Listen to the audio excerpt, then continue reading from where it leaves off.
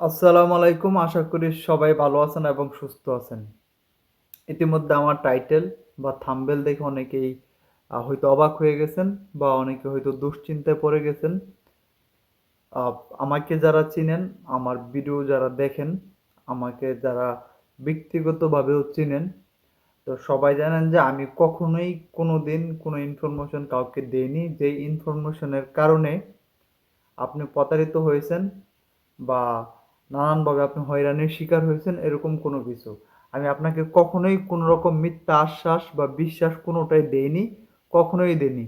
আমি সবসময় যে কথাটা বলি এবং সত্য কথাগুলো বলি এবং এই কথাগুলি বলে যাবো এবং বলবো। এতে কেউ হয়তো আমার ভিডিও দেখতে পারেন, কেউ হয়তো আমার ভিডিও দেখবেন না। সেটা আপনাদের ব্যক্তিগত বিষয়। তবে আমি জানি আল্লাহর রহমতে আমি কখনোই কোনো মিথ্যা তথ্য ইনফরমেশন দিয়ে কখনোই আমি চাই না যে আপনাদেরকে বিভ্রান্ত করার জন্য। তো এতদিন ধরে যারা আমার ভিডিও শুনতেছেন বা দেখতেছেন, বিশেষ করে আমি পোল্যান্ডে আসার কিছুদিন আগে থেকে অনেকে এই সম্পর্কে আমার ভিডিওগুলো দেখেন। তো আশা করি সবাই খুব বেশি উপকার না হলেও আমি কাউকে কোনো ক্ষতি করিনি। তো এইজন্য আজকের যে ভিডিওটি এটাও খুবই গুরুত্বপূর্ণ এবং এটা থাম্বনেল টাইটেল দেখে আপনারা যা বুঝতে পারছেন বা যা অনুমান করতেছেন আমি সেই কথাগুলি বলবো। অনেকের কাছে হয়তো কথাগুলো খুব হতাশাজনক মনে হবে, অনেকে হয়তো হতাশ হয়ে যাবেন, অনেকে হয়তো আমাকে বকাও দিতে পারেন বা আমার প্রতি বিরক্তও হতে পারেন। সত্যি বলতে কথাগুলো খুবই সত্য এবং এই কথাগুলো আপনার জন্য এবং আপনার সুবিধার জন্য এবং আপনার ভবিষ্যতের জন্য। আপনি মনে চাইলে আপনি কথাগুলো আপনি রাখতে পারেন, মনে না চাইলে কথাগুলো আপনি পরিহার করতে পারেন। বাট আমি কথাগুলো বলবো আপনার জন্য, আপনার ভবিষ্যতের জন্য। আর সেই কথায় ফিরে আসি যেটা আপনারা ইতিমধ্যে টাইটেল বা থাম্বনেলে যেটা দেখতে পাচ্ছেন যে পোল্যান্ড ভিসা বন্ধ এবং কেন বন্ধ, কি জন্য বন্ধ, তার যৌক্তিক এবং সঠিক কারণগুলো আমি আপনাকে বলবো এবং আপনার এখন পোল্যান্ড যারা আসতে চাচ্ছেন তাদের আসলে কি করা উচিত বা নতুন যারা চেষ্টা করতেছেন তাদের এখন কি করা উচিত, আপনাদের বিকল্প পথটা কি, পন্থাগুলো কি, কিভাবে আপনারা এখন চেষ্টা করতে পারেন। প্রথমত বলি যারা পোল্যান্ডের জন্য বর্তমানে আহ, সবকিছু রেডি, ফাইল জমা দিবেন, কিন্তু পারমিটের মেয়াদ 1 বছর, 7 মাস 8 মাস হয়ে গেছে, কোম্পানির সাথে খুব ভালো যোগাযোগ নাই, তারা ফাইল জমা দিবেন না। আপনি ফাইল জমা দিতে পারেন, আপনি হয়তো ড্র সিস্টেমে অ্যাপয়েন্টমেন্ট ডেট পেয়ে গেছেন, কিন্তু আপনার কোম্পানি রেসপন্স না করে সরাসরি কোম্পানি, নো এজেন্ট, নো দালাল, একেবারে ডিরেক্ট কোম্পানির সাথে যদি আপনার কোনো কমিউনিকেশন না থাকে, প্লিজ ভাই আপনারা আবেগে পড়ে কোনো দালালের কথায় বিশ্বাস করে আপনি ফাইলটা জমা দিবেন না। যদি বিশ্বস্ত কোনো মাধ্যম না থাকে, কোনো বিশ্বস্ত মাধ্যমে নিশ্চয়তা না পান, আপনি ফাইল জমা দিবেন না। এক কথায় এখন পোল্যান্ডের ভিসা হচ্ছে না। কেন হচ্ছে না আমি সেটাই এখন বিস্তারিত আপনাদের সাথে বলবো। একটু মনোযোগ সহকারে শুনেন। আপনারা যারা এখন পোল্যান্ডের জন্য ফাইল জমা দিতে যাচ্ছেন, যাদের ফাইলের আহ, উম, আপনার ওয়ার্ক পারমিটের মেয়াদ 1 বছরের কাছাকাছি হয়ে গেছে, 7 মাস 8 মাস হয়ে গেছে, তারা এখন ফাইল জমা দিবেন না। আপনাদের ইন্ডিয়াতে যে খরচ হবে এই খরচটা আপনার লস, প্লাস সময় লস, এবং আপনাদের কি করণীয় সেটাও আমি বলে দিব। প্রথমত বলি যে এখন কেন ভিসা হচ্ছে না বা কেন ভিসা রিজেক্ট করা হচ্ছে। সবাই যেটা জানি যে 10 নম্বর কারণ, এই 10 নম্বর কারণটা হচ্ছে যে আপনি পোল্যান্ডে এসে থাকবেন না, আপনি পোল্যান্ডে এসে অন্য কোথাও চলে যাবেন না, মানে আপনি পোল্যান্ডে থাকার জন্য নির্ভরযোগ্য যেই তথ্য বা ইনফরমেশন আপনি ওই এম্বাসিতে জমা দিয়েছেন, ওই তথ্যতে তারা বিশ্বাস হতে পারে নাই যে আপনি পোল্যান্ডে থাকবেন বা পোল্যান্ডে এসে আপনি অন্য কোথাও চলে যাবেন, তারা এটা সন্দেহ মনে করে আপনাকে 10 নম্বর মেরে দিচ্ছে।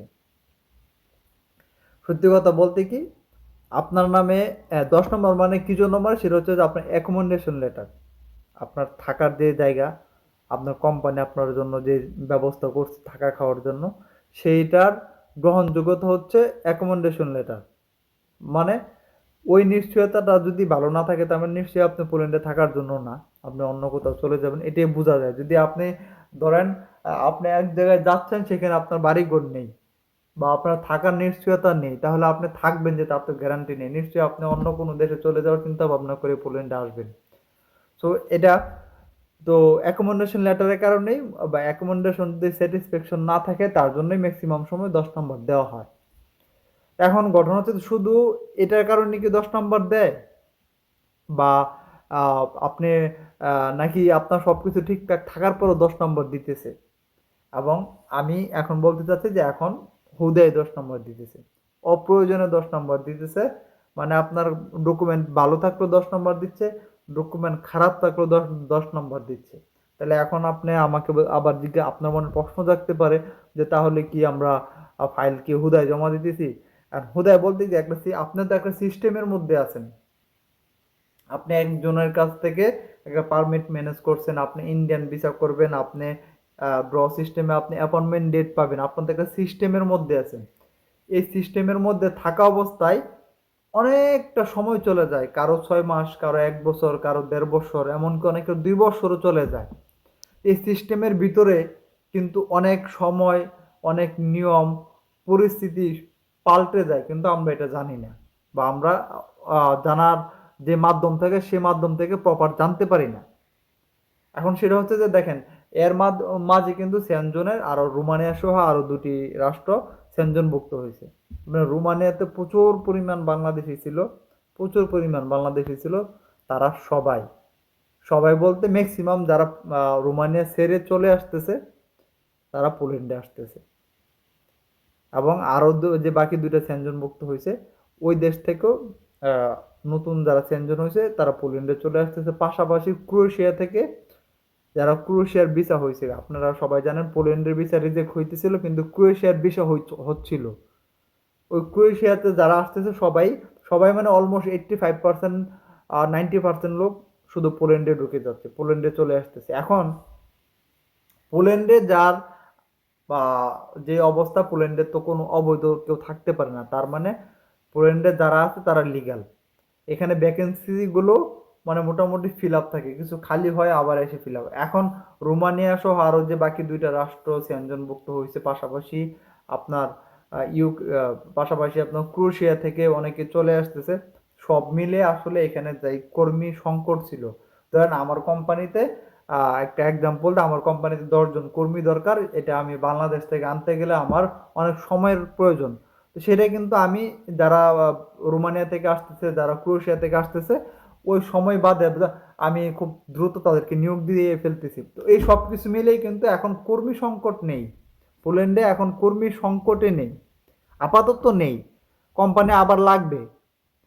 তো আমি আপনাদেরকে এটা বুঝাতে পারছি যে এখন কেন মানে মন চাচ্ছে আপনাকে একটা কারণ দেখায় আপনাকে রিজেক্ট করে দিচ্ছে, কিন্তু মূলত আপনি রিজেক্ট খাওয়ার যোগ্য না। আপনার অ্যাকোমোডেশন ঠিক আছে, আপনার সব পেপার ঠিক আছে, অল পেপার আর okay, but you get rejected. তো আমি বলবো আপনাদেরকে, যারা এখন চেষ্টা করতেছেন, মানে এখন যারা জমা দিবেন চিন্তা করছেন, আপনাদের ফাইলের মেয়াদ বেশি দিন হয়ে গেছে, আপনারা জমা দেওয়া বাদ দেন, আপনাদের ইন্ডিয়া যাওয়া বাদ দেন। এখন আপনি বলতে পারেন যে তাহলে এখন আমার কি করণীয়, আমি কি করব? আপনি কি করবেন? যদি পোল্যান্ডে আসতে চান, আপনি ইউরোপে আসার চেষ্টাই করেন, আপনি পিছনের সমস্ত কিছু ভুলে যান। আপনি পিছনের সমস্ত কিছু ভুলে যান। আপনার হয়তো 1 বছর চলে গেছে, আপনার অনেকে হয়তো 6 মাস চলে গেছে, আপনার হয়তো পারমিট পেয়ে গেছে, অনেকে হয়তো দেখা গেছে যে আপনার পারমিট পাইছেন 1 বছর হয়েছে, আবার এই যে ড্র সিস্টেমে আপনি ডেটও পেয়ে গেছেন, কিন্তু আপনিও এটা ভুলে যান, এগুলো বাদ দেন। এখন আপনি নতুন করে ট্রাই করেন, কারণ 2024 সালে ভিসা হওয়ার সম্ভাবনা নাই। 2024 সালে ভিসা হওয়ার সম্ভাবনা জিরো। হ্যাঁ, হতে পারে 100 জন জমা দিলে 1 জন 2 জন হতে পারে, এটা যারা একদম জেনুইন বা যাদের কোম্পানির সাথে কোলাবোরেশন খুবই ভালো, এটা ভিন্ন বিষয়। আপনি ভিন্ন বিষয়টাকে আপনি স্বাভাবিক বিষয় হিসেবে ধরে নিতে পারেন না। আপনাকে স্বাভাবিক প্রক্রিয়ায় আগাতে হবে। আপনাকে ভিন্ন একটা বিষয়ে আপনাকে যদি মনে করেন যে 100 জনের মধ্যে 2 জন হইতেছে তার মানে এটা আপনার স্বাভাবিক, এটা ভুল। আমি সত্য কথা, এবং আমি কখনোই এইভাবে কথা বলি না, আজকে যেভাবে বললাম আপনারা হয়তো আমার প্রতি মনোক্ষুণ্ণ হতে পারেন, বাট এখন আপনারা ওই পিছনের সব কিছু ভুলে যান। আপনাদের এখন থেকে আবার ট্রাই করেন যেন আপনারা আগামী বছর শুরুতে বা আগামী বছরের মাঝামাঝিতে আপনারা যেন আবার ফাইল জমা দিতে পারেন, আপনারা আবার নতুন করে চেষ্টা করতে পারেন। তখন তখন আবার নতুন সিজন শুরু হবে। আপনাদের এখন থেকে আপনারা ওই প্রক্রিয়াটা শুরু করেন, এখন থেকে আবার ফাইল জমা দেওয়া শুরু করেন। আপনার নতুন পারমিট আসলে সেই পারমিট দিয়ে আপনারা আবার আসার চেষ্টা করেন।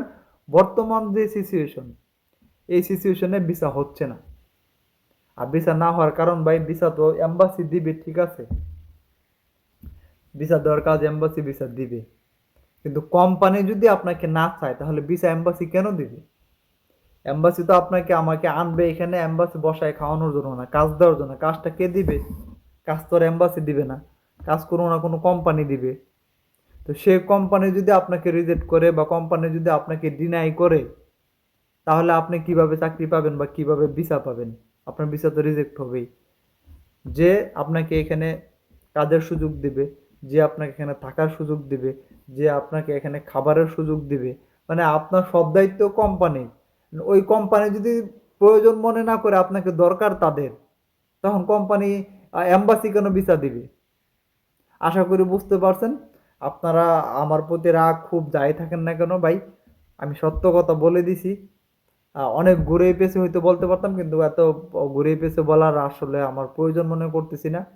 আপনারা এখন যারা চেষ্টা করতেছিলেন জমা দিবেন, বা অনেকে পারমিট পাইছেন 1 বছর 6 মাস 7 মাস হয়ে গেছে, তারা এই পারমিট ক্যান্সেল করে দেন বা এই পারমিট ডিনাই করেন।